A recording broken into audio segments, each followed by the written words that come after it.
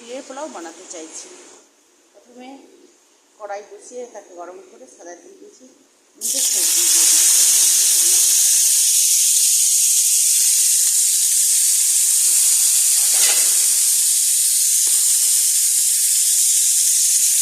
আলু, ডিম, গাজর কেটে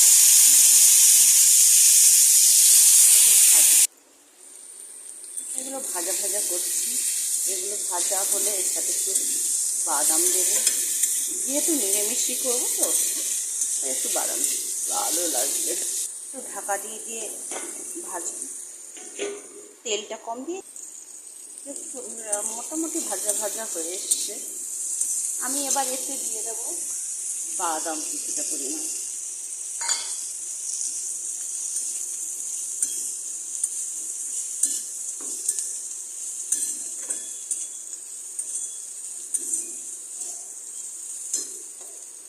কিছুটা পরিমাণ কাসুরি মেথি দিয়ে দিচ্ছি, টেস্ট খুলে দেবো।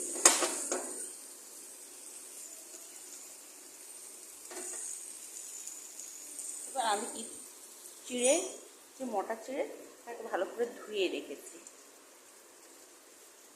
ধুয়ে ঢাকাতে ঝাড়াতে দিয়ে দিয়েছি, জলটা ঝরে গেছে, দেখুন কত ঝরঝরে হয়েছে। চিড়ের মধ্যে জানেন তো অনেক রকমের নোংরা থাকে, তার সেই কারণে আমি চিড়েটা ধুয়ে নিয়েছি।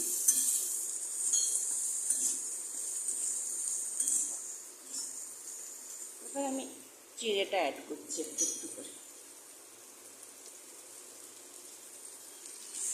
চিড়েটার সাথে মিশিয়ে নিই।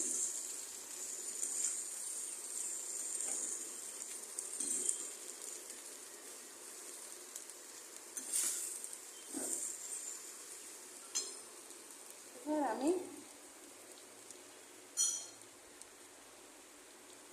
কিছুটা পরিমাণ ঘি অ্যাড করছি। এটা পুরো সম্পূর্ণ আমার বাড়িতে বানানো ঘি, আমার মা বানিয়ে পাঠায় আমায়, ওই ঘি আমরা মেয়েকে খাওয়াই। দেখুন বন্ধুরা কত সুন্দর দেখতে লেগেছে। কিছুই নয়, বাচ্চা যাতে খেতে চায়, বাচ্চারা তো সবজি খেতে চায় না, আমার পাজি মেয়েটাও খেতে চায় না, তাই এইভাবে করে দিলে তখন খেয়ে নেয়। এইভাবেই তৈরি হয়ে গেল আমার সন্ধ্যের টিফিন। মেয়ের ক্যারাটে ক্লাসে যাবে এখন, দেখুন দুধ খাচ্ছে, দুধ খেয়ে ক্যারাটে ক্লাসে যাবে, এসে সন্ধ্যাবেলা টিফিন খাবে। যদি ভালো লাগে আমার রান্নাটা আপনারা লাইক শেয়ার করে দেবেন আর বাড়িতে ট্রাই করবেন।